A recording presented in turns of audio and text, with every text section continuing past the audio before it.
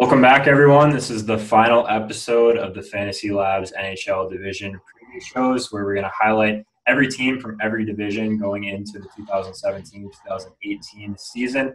I'm your host, Joel Holka, joined as always by Sean Newsham. He's at PSU Fans 2 on Twitter, and Ryan Sheppard, who is at DonkShowDFS on Twitter.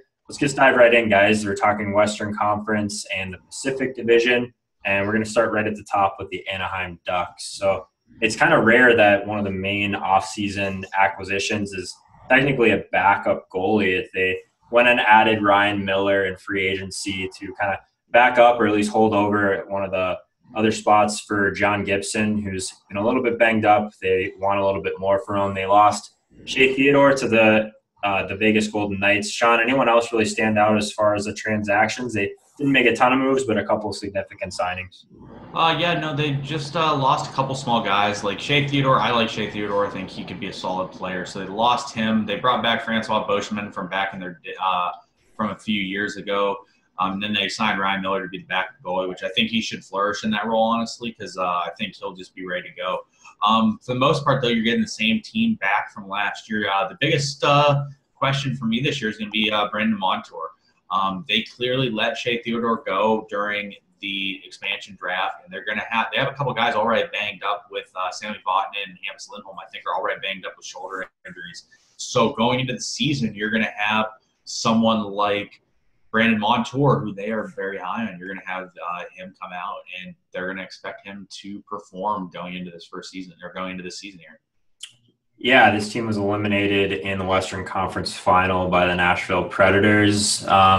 We'll bring it over to Ryan for the first time in this show. So what do you think about Corey Perry? Is he going to be able to kind of get back to that elite goal-scoring role? He only had 33 last year. Yeah, I'm not too sure what to expect from Corey Perry. He's kind of been on a bit of a decline over the last 3 or 4 years. I don't know if that's part of his body breaking down with the kind of style that he plays, always obviously initiating contacts and stuff like that. But I mean, Getzlaf plays a very similar game, and he kind of bounced back last year after a down season. So when I watched Corey Perry last year, he didn't look like he had before. Like, I'm not sure, maybe he was, had lingering injuries or whatever, his body kind of breaking down, but I hope he can turn it around. But I mean, at the age of 33, this might, with the style he plays, like I said, this might just be kind of the beginning of the decline for him, which is unfortunate because as a Canadian, watching him and Getzlaf on Team Canada was always something fun. The acquisition of Ryan Miller to really shore up the backup goaltending is going to be interesting. John Gibson's obviously, he was incredible last year. Bernier was a good backup to have to kind of just take the weight off of Gibson's shoulders, because obviously he's still very young. So I think bringing a veteran like Ryan Miller to kind of take the load off if he goes through a tough stretch or something, he's a guy that the Ducks can count on for if he has to start 2 or 3 games in a row, then that should be all right. Yeah, I have to correct myself. Perry had 19 goals last year. So he found himself on the third line for a little bit of the season, and normally was playing the front of the net on the power play, which is a pretty prolific goal-scoring role for him in the past. But they put Ryan Kesler in front of the net last year. What are your thoughts on Ryan Kesler, Sean? There was times last year where we were playing him quite a bit when he was shooting and blocking shots, but then he went cold for a while as well. Yeah, I really like Ryan Kesler. I mean, he's a really solid player. He plays both ends very well. He wins a lot of faceoffs. Whenever they need an offensive win, they put him out there. At the beginning of the year, Ryan Kesler was just firing a lot of shots. So he's a great center player every night because he was about 5,500 on DraftKings, lower 5Ks, I think, on FanDuel, and he was shooting the puck. Someone like Getzlaf doesn't shoot the puck much, and a lot of centers, for the most part, because they're generally more playmaking abilities, don't shoot as much. So you have a guy like Kesler that would go out there and shoot. That line was the best line on Anaheim. I know at the beginning of the year it was that the Perry and Getzlaf line was the first line, but as the year went on, Sulfur, Berg, Cogliano, and Kesler overtook them and became line 1 for Anaheim. So it'll be interesting to see what Kesler can go out there and do this year. The one thing with Kesler is he's going to be hurt to start the year. I don't know if I've seen conflicting reports. Some said 12-week recovery when he had his surgery in June. Some are saying 4 to 5 months. So he could be ready, by the end of October, or if it drags into November, December, then that the center depth on the Ducks might hurt a little bit. Yeah, and with I believe Hampus Lindholm and Sammy Vaughn are banged up the shoulder injury. So the beginning of the season for the Anaheim is going to be crucial because they are severely banged up going into the season, which most teams get banged up during the season. Anaheim's starting the season like that. So you're going to have Anaheim have a lot of guys that are going to have to step up into roles they're not familiar with, they're not expected to handle because of these injuries they have to make up for. Yeah, I mean, the season hasn't even started. Hopefully John Gibson can stay healthy. I mean, that was a big issue last year. So maybe with that addition of Ryan Miller, they might be able to reduce his workload a little bit. Sean, anything else with the Ducks that you want to touch on? I mean, I guess Ryan Getzlaf is definitely going to have to start a little bit quicker than he did last year, but he was good in the playoffs, so we'll see what we get from him. I just expect Cam Fowler to have another very good year this year. He started showing up last year and had a really solid year, and every time I see Cam Fowler play well, it bothers me because I really want him on Buffalo. And I know Buffalo had a trade of Tyler Ennis for him before the season last year and never pulled the trigger. And it totally bothers me every time I see him because he's just a very, very good defenseman, and I'm always impressed by him. So I expect him to take another step forward this year in his development. Anything else on the Ducks, Ryan? Yeah, the only other guy I wanted to touch on that I meant to mention before was Jakob Silfverberg. He seems to be an absolute beast in the playoffs. The last 3 years, he's put up 18 points in 16 games, 5 points in 7 games, and then 14 points in 17 games last year, including 9 goals. I mean, he hasn't broken the 50-point mark in the regular season, but with the way he plays in the playoffs over, what's supposed to be the toughest hockey, if this could be the year that he finally takes that next step and becomes, one of the top forwards on the team. Yeah, so the Phoenix Coyotes is going to be the next team we're going to talk about. Big-time coaching change. Tippett is out and Rick Tocchet is in. And also Shane Doan is someone that we should talk about. Kind of a unique situation. He was told on June 19th that he would not be re-signed, and then he announced his retirement a little over a week ago. So it's interesting. I think it's really going to hurt this team just from a leadership standpoint. I think that Doan was one of the best captains in the league as far as that. What do you think of Rick Tocchet, Sean? Do you think he's going to be able to get the most out of these young players? I think there's a decent possibility he could. I mean, you not only that, but you have someone come in the past year, they did not have a guy like Derek Stepan down the middle. So when you bring in Derek Stepan to come in and be the top line center, it gives them some stability down the middle that they're not used to. Then you're going to get young guys coming in. Clayton Keller apparently is tearing it up in the preseason right now, so he's someone to look at. And then Dylan Strome and other Erie Otters coming in.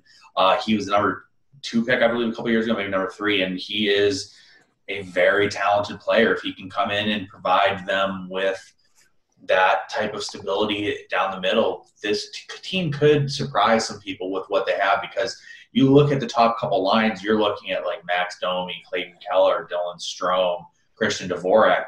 These are all super young guys that have a lot of skills. So if any of these guys could come in and click, you could see some young guys stepping up here, and this team could be a situation that could be a surprising spot that you are not expecting.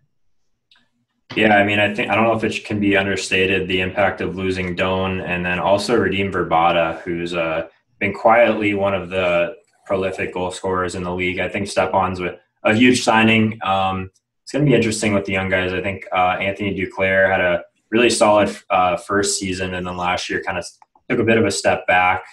So Ryan, what do you think you're going to see from some of these young guys? Do you think it's going to be Domi? Do you think that Duclair is going to be able to get back to how he was his first year? Yeah, Arizona is actually a really interesting team. I don't think they're going to obviously do what the Leafs did last year, but with the amount of offensive talent they have, they could be one of those young teams that, they're just they're just rolling with all their young guys.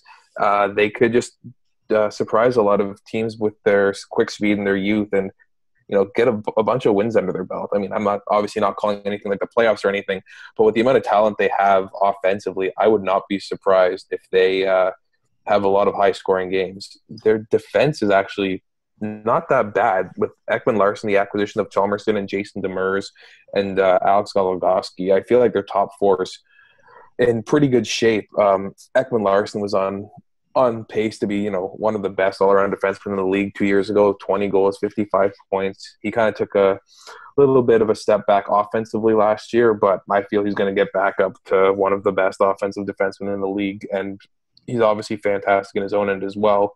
The goaltending is going to be a very interesting situation. They went out and acquired Antti Ranta from the New York Rangers. It's another situation with a backup that's kind of paid his dues. It's just looking to take the next step. I don't know exactly how he's going to do. Obviously, he was playing in front of a good Rangers team with a questionable defense core, but he put up numbers in the backup role, and I think the Arizona defense is good enough that he's not going to be hung out to dry too often. And yeah, I think Arizona can definitely surprise this year. Yeah, Antti Ranta, that's going to be interesting to see if he can prove that he's a number one goaltender in the NHL. Mike Smith was very inconsistent, I think, to say the least. Sean, what are your thoughts on Ranta?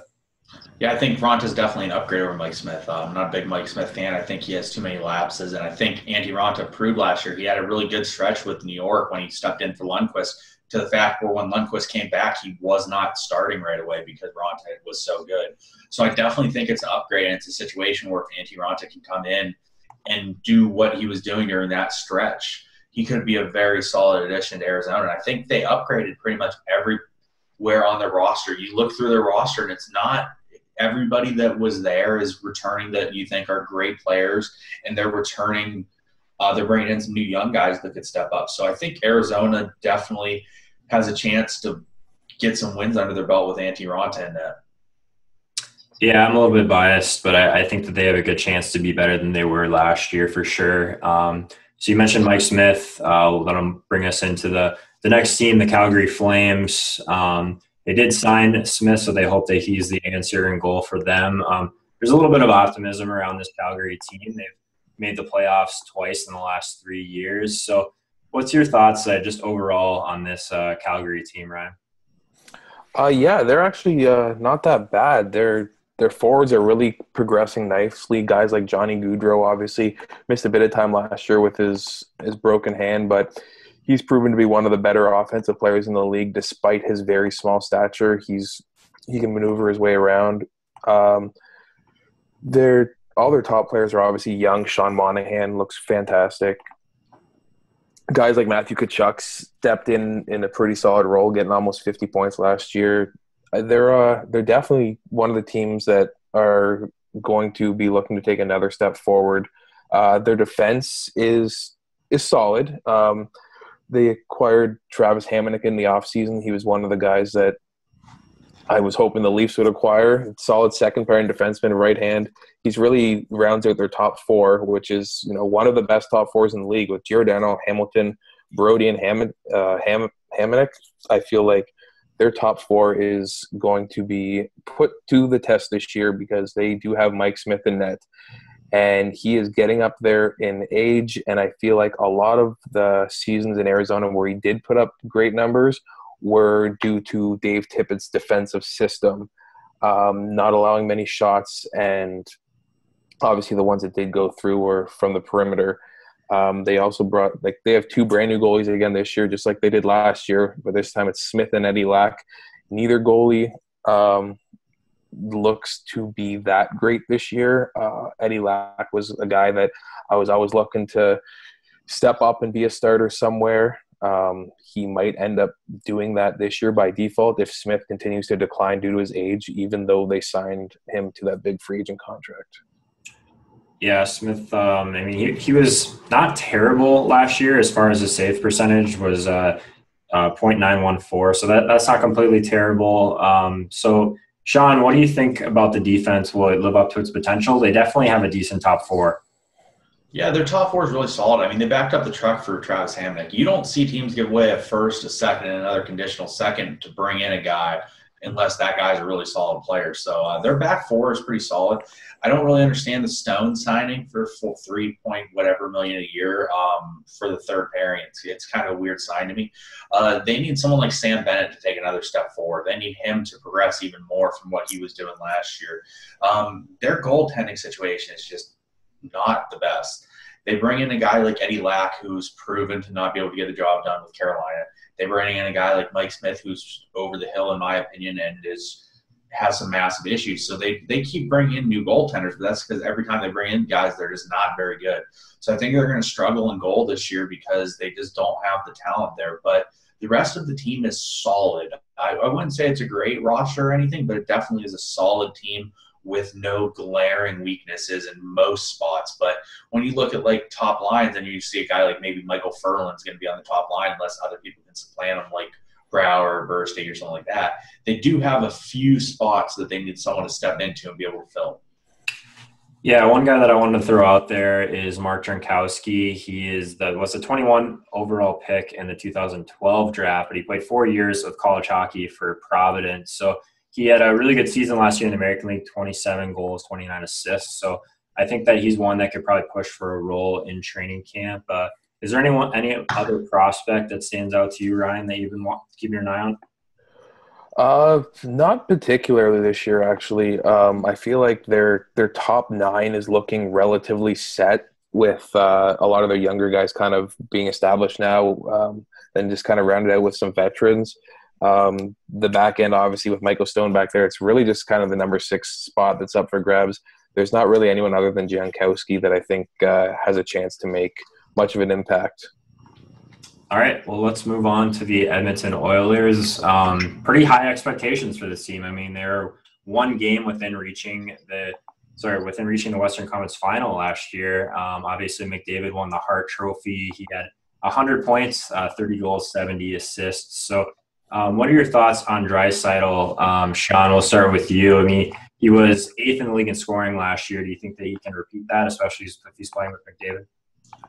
I don't think he's going to repeat it. It's a possibility, though. I mean, he's a very talented young player. He did what he had to do, and he got paid for it. So it's definitely a situation where I think he could produce at a similar clip, but I think it's going to be hard to remain at that. The thing is with players, unless you are an elite player, like a guy like Connor McDavid, it's very hard to replicate elite-level seasons, which is pretty much what Leon Draisaitl had last year. So it's definitely a possibility. He could definitely have a good year, and I do really like Leon Draisaitl. It's hard for me to predict him replicating exactly what he did last year. Yeah, I tend to agree. So they paid him $68 million over 8 years. That's a pretty massive contract. And they also said bye to Jordan Eberle.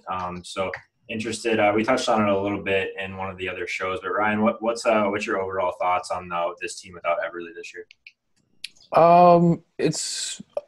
I don't know. I mean, Eberle was still 3rd on the team in points last year, despite obviously getting a lot of criticism for not being quite as offensive as he has before. When I'm looking at their top 9, it's kind of what it was like before. It's got a lot of center depth with a lot of trouble on the wings. I mean, you got a bunch of guys that are kind of like Lucic and Patrick Maroon. They're a bit bigger, slower. Like the NHL is getting a much faster game. I don't know how they expect Maroon to keep up with McDavid all year long. Draisaitl, I think he could repeat if he was playing with McDavid, but now that they're expecting him to, be the second line center and kind of have his own line to himself, I don't think he's going to repeat. And I think the $8.5 million is a lot. If he's going to play with a guy like Lucic, Lucic could create some space for him just because of his size, but he's another guy that I don't think is going to be able to keep up with Draisaitl very much. I think bringing in UC Jokinen was actually a good signing. He's a great penalty killer. He's a solid 3rd-line winger. Playing with guys like Nugent Hopkins, I think the 3rd line is one of those that I think is going to have a positive offensive matchup against most teams. Their defense obviously still hurts. If you're an analytics guy, you know that Chris Russell always gets ripped to shreds, which I do find is it's true. I mean, like he's pretty bad in his own end. He's always giving up tons of shots. He blocks a ton of shots as well, but I think once again their defense is going to be one of the sour spots on them this year. Anything to add, Sean? No, it's definitely – I mean, this team is pretty much going to go as far as McJesus takes them. They've I do agree. I think the Jokic signing is intriguing. I think that it could be something that is valuable for them. And it's really definitely going to be a situation where Connor McDavid, they will ride him and live and die with him because he is just that talented of a player. Once this team can add a couple guys on the back end and shore things up, this team could be a really, really good team in the years to come because they have the young pieces, they have the talent. And if they get a couple defenders that can move the puck and are good, man, they could be really, really good. Because Connor McDavid, I think, might already be the best player in the league. If he's not, he's second. But I would take him as my top player in the league right now. And this is a kid that is one of the youngest players in the league. So it's already, when you're that good and that young, there's only the sky's the limit to you. So if he goes out there and leads them to the playoffs again this year, maybe another deep run, there's going to be a lot of excitement in Edmonton this year. Yeah, I mean, McDavid is a special player. I mean, it's not even the moves that he can make. It's that everything he does, he can do at top speed, and that's what makes him unique. Like, there's plenty of guys, well, maybe not plenty, but guys that have skill, but being able to do that at top speed and still make plays, to have the IQ to make those kind of plays that he's made is pretty unique. So I'm interested to see what this team can do. I think that they have a lot of upside in DFS as well. So let's move on. So one of my favorite teams to talk about, the LA Kings. They replaced Daryl Sutter with John Stevens, who's been around with the team for quite a while. So, I mean, he's got a familiarity with this roster. He's been with them through their 2 Stanley Cup championships in 2012 and 2014. So it's going to be interesting to see what happens with some of these younger players as well. But hopefully Jonathan Quick is healthy. So how many starts will Jonathan Quick actually make this year, you think, Ryan? Do you think he's healthy enough to kind of take back that full load? I mean, I know that's obviously what they're hoping for. He's coming into the season healthy, so I guess it's all going to depend on if he can stay healthy. They got Darcy Kemper backing him up. He's been, just kind of a prototypical backup goalie. He's been all right. It's going to be one of those things where if Quick gets hurt again, their season's probably going to go down the drain. So they're definitely going to have to hope for him to stay healthy. I think with John Stevens taking over for Sutter that they're going to implement a little bit more of an offensive game plan, which is going to be obviously better for utilizing them in DFS. They always have great possession numbers. Guys like Carter, Toffoli, and Pearson, like that line was always something that I loved using. But when Dallas is winning LA is winning 2-1 games all the time, it can be frustrating despite seeing them, combine for 10 shots, 12 shots in a game. I think this year they might have the reins taken off them a bit, and I expect them to start scoring a lot more. Yeah, one of the guys that's going to help him do that is Johnny Brodzinski. I think he's got a really good chance to make the team this year. One of those guys that we played last year when he got called up from the American League, and this kid's got an NHL shot. So if he gets a chance to play on the power play, he doesn't need a lot of opportunities to score goals. In a couple of games that he was up last year, he had 5 shots, 6 shots. So I think that Brodzinski is one of those guys that could come under the radar at a really cheap salary early in the year, and I think he's got a really good chance to make the team. Who else do you think is going to step up offensively, Sean? Yeah, that's actually, I mean, as Mr. St. Cloud State over there will point out, Johnny Brodzinski actually last year when he showed up in the NHL, he shoots the puck a lot. And Joe knows him because Joe played with him in college and pointed this out. And you watch their games towards the end of the season. I think he played about 10 games, got some role minutes in the higher lines in the first, second line at points. He fires the puck. If he's a guy that ends up on the top 2 lines at some point during the season, man, the guy just fires the puck. Anyways, I think someone like Michael Camilleri, if he could somehow find his way onto a line with the better players, he could be a good offensive weapon for them. LA is one of the strangest and most frustrating teams because you look at all the advanced stats and you look through everything and you watch their games. LA dominates games and LA is really good. The only problem is they don't know how to put the puck in the back of the net, which for fantasy and winning games is kind of an issue. So hopefully this year that they can do that. But I expect Tyler Toffoli to take another step forward this year. There's been rumors on the power play they're going to put him on the sidewall in sort of like the Ovechkin role in Washington. They're going to remove Jake Muzzin from the top power play, and they're going to put Drew Doughty on the back end. So I think you could look at a situation where Tyler Toffoli is going to be the trigger man on the power play. And as Ryan talked about, that 70s line when it was going last year was really, really good for LA. And if they get clicking again this year, this line could really take off. And especially someone like Tyler Toffoli, if he gets that role in the power play, that's something he didn't get all the time last season. Yeah, I mean, this team was one that was really frustrating from a DFS perspective because they shot the puck so much, but like you said, they just really struggled to score goals because the majority of their shots were coming from the perimeter. Wouldn't mind seeing Johnny play with Dowd at some point this year. Those guys played together in college, so they've got that familiarity for sure. So, Ryan, what do you think about Anze Kopitar? Do you think he's going to be able to rebound this year? He had a tough year last year. Yeah, I was just looking at him. I think part of the reason why he kind of took a step back offensively is since he signed that $10 million a year contract, I think he's really started to focus. I mean, he's already good defensively, but I think he's really started to focus on just being the shutdown center to the chip in offensively. And I mean, if he's going to be stuck with a guy like Dustin Brown all year again, I don't see him getting back to, the 70-point player that he was, but I could still see a 50 to 55-point completely well-rounded center, a guy that you love to have on your real hockey team, but not a guy you're going to roster too much in DFS other than obviously the fact that he'll be on the top power play unit. Sean, anything else on LA? Yeah, that's what, when you look at Kopitar, the thing is he doesn't shoot tons, and he is playing with worse talent than someone like Jeff Carter. Jeff Carter is playing with Tyler Toffoli and Tanner Pearson most of the time, compared to Kopitar's playing with Dustin Brown and the artist formerly known as Barry Gaborik. So when you look at things like that, that's part of with the step back that Kopitar took last year. So LA is always an interesting team, and if they can start scoring some goals, they're going to be a DFS force because especially that top line, Jeff Carter and Tyler Toffoli shoot the puck a lot.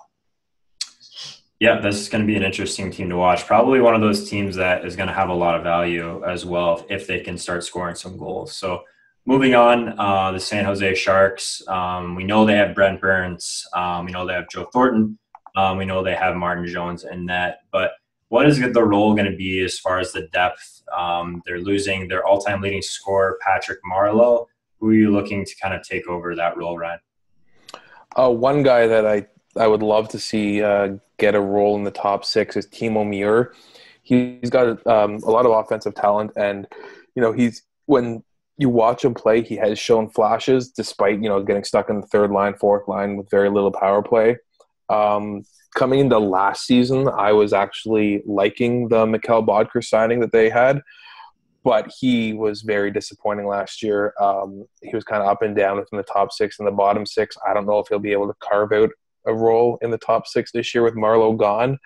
They didn't seem, too keen on keeping him up there.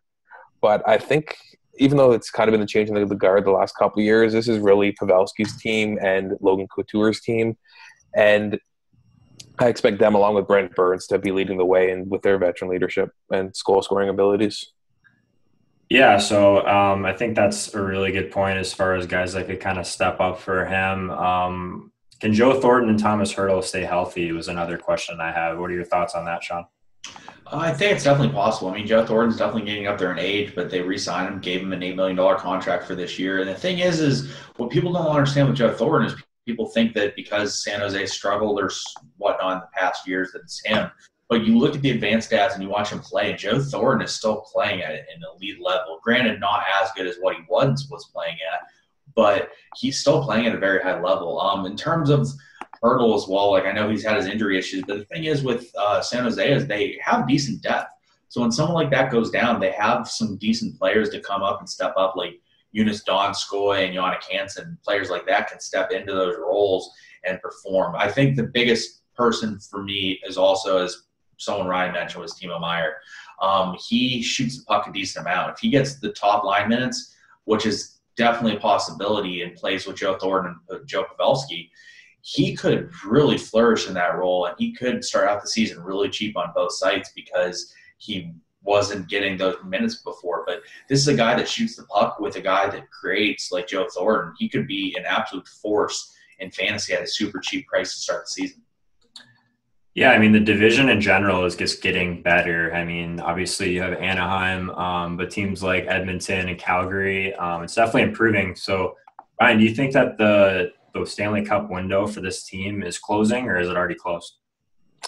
To be honest, I thought they were going to take a bit of a step back last year, but they kind of maintained their position. They looked good. I think they're kind of like the Washington Capitals. This year and next year are really going to be very important because when you've been this good for this long, you don't have that much coming up in the pipeline in terms of prospects. So you're kind of going to have to rely on the guys that have brought you where you are now. And, if they don't take the step to actually winning the cup in the next year or two, they might be starting to do the decline and maybe trying to do a rebuild on the fly or something. Sean, anything else on San Jose? No, I definitely think that they are getting close to their door being shut. I think this is one of the last real years that they're going to have to be there because Brent Burns is a bit older too, and once he declines, their back end just doesn't have the puck moving abilities that they have with Brent Burns in the lineup. So I think that they need to go out there, and this is one of the last couple years that they have where they can put a team into the deep playoffs. So they definitely need to make it happen this year. All right, 2 teams left. The Vancouver Canucks, they've missed the playoffs in 3 of the past 4 seasons, but they have basically just had a complete overhaul outside of the Sedin twins with young talent over the past year or so. So I think it's really interesting to look at some of these younger guys. Does anyone stand out as far as transactions before we get into some of those players, Ryan? Or even Sean? Whoever wants to take it. Yeah, they brought in Sam Gagner from Columbus, who had a decent he played well for them last year. He didn't have as high of a role as he did elsewhere, but he could come in here, and if he plays in the top couple lines, he could be solid. And then you have someone like Thomas Vanek. Vanek is a proven goal scorer in the league, but the problem is with Thomas Vanek is he's not a great skater anymore, and he's a bit older. So the problem with this team is the good players are over the hill and past their prime, and then you have younger guys like Bo Horvat who's stepping up. You really, in order for this team to perform or have any kind of hope this year, you're going to need someone like Bo Horvat to really step up and take a massive step forward and become like a top 15 or 20 center in the league, or this team's really going to struggle all year. Yeah, the Sedins are coming off their worst season in more than a decade, and they turned 37 in September. So definitely getting up there. Ryan, talk to me about the Sedins. Yeah, I think it's in Vancouver's best interest to kind of settle the Sedins into like a 3rd or 4th line role, just kind of let them be veterans in the locker room and really let some of their younger players play in the most prominent roles. Guys like Bo Horvat, Sven Baertschi, Jake Virtanen. I even didn't mind them bringing in Alex Burmistrov as a free agent. Anytime I actually watch him play, he looks like he's got some offensive ability, but he gets stuck playing on 3rd line a lot. But the one guy I'm most interested in is Brock Besser. He, in a short stint in the NHL last year, he looked fantastic. Put up 5 points in 9 games, but 4 goals, which is great. He's looking good so far in the preseason. He's definitely a guy that I think they should be slotting right along with Bo Horvat and just letting, maybe those two with Sven Baertschi get all the offensive minutes, top power play. They really need to let the kids take over because guys like the Sedins, Louis Eriksson, the confusing signing of Thomas Vanek, like these guys should not be hogging the ice time. And Besser is an absolute stud. Like, I think that people are going to be really surprised this year if he can get a prominent role. I think he's definitely the guy to target early, especially if his price is down. One thing that's interesting with this team is what are they going to do at goaltender now that they don't have Ryan Miller? Like, they haven't had to deal with not really having an experienced number 1 for quite some time. What do you expect them to do in net, Sean? I expect them to lose a lot of games. I expect them to do in net. I don't know. Markstrom, they brought in Anders Nilsson. I don't know. This team has a lot of lacking holes in all facets of the game. So they don't have that lockdown goalie in the number 1 spot, but I think that's good for them. A team like this, you don't want to be locked into a goalie and paying a goalie a lot of money. You'd rather just take the lumps that you're going to get this year, and then maybe in a couple years, that's when you bring in the goalie and you let these guys play. Because if you look through the NHL and over the past years, a lot of times what happens is guys end up in roles like this and they outperform what they did, and then all of a sudden that guy ends up starting for a different team in the league and ends up being a very solid contributor. So I think that what they're going to do is they're going to go in and see what of these guys can do, and maybe one of them will surprise and come out and show for them and be able to be a solid goaltender for them for the future, or at worst maybe provide a valuable trade piece for them to get in some other talent. Yeah, if there's one question outside of goaltending, it probably has to do with their power play, which was absolutely terrible last year. They just don't really have a ton of guys that compete. So I'm interested to see what some of these younger guys do if they get a chance. Besser was pretty productive last year in the short time that we saw him. See if Stetcher ends up playing the point still on that first unit. But is there anything else, Ryan, that you wanted to bring up about Vancouver? No, I think we're going to be targeting them a lot with the opposing team's offense because their defense is bad. They're going to just be, rolling back and forth between their goaltenders, and I think they're in trouble. They're going to lose a lot of games. Sean? No, yeah, I think they're going to be one of the worst teams in the league. Them and New Jersey are the two worst teams in the league, in my opinion, in terms of just talent and overall abilities. Tend to agree. Talk about one of the teams that might be one of the worst, at least defensively, the Vegas Golden Knights. They've done everything they can to kind of get their team together. They had some questionable decisions, at least in the expansion draft we were talking about before we kind of went live here.